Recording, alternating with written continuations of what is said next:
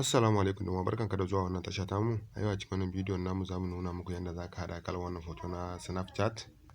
A halin yanzu dan uwa kalar wannan hoto shine yake trending a social media.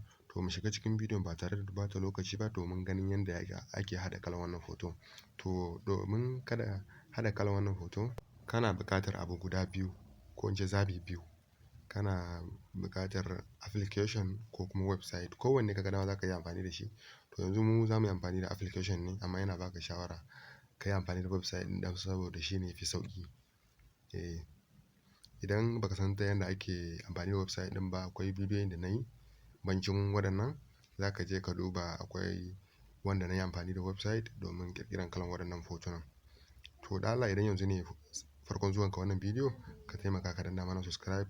To yanzu mu mun riga mun shiga cikin shi application nasu, mun riga mun yi register a cikin application ɗin.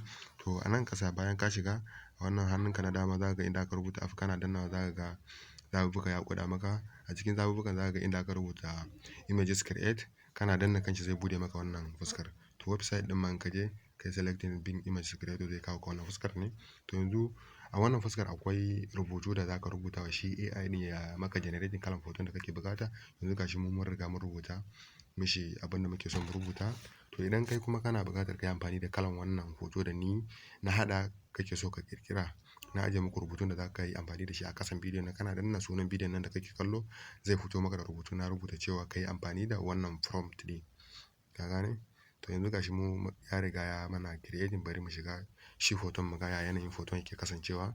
Bari ya fara buɗe mana. To gashi nan yanda yake ba hoto, kalan hoton da yake badawa. To gaskiya yana bada hoto masu kyau sosai.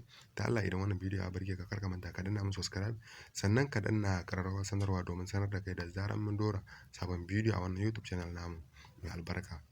Da Allah kuma ka taimaka ka danna mana like, domin like shi ke ƙara mana ƙarfin gwiwa kuma ya saka YouTube su yaɗa mana bidiyoyin mu ma jama'a. Ko bai burge ka ko baka ra'ayi, in ka tsaya ka kalli bidiyon daga farko har ƙarshe, ka taimaka ka danna mun like. Sannan in akwai wani tambaya ko kuma ra'ayinka, kana iya rubuta mana shi a ƙasa gurin comment.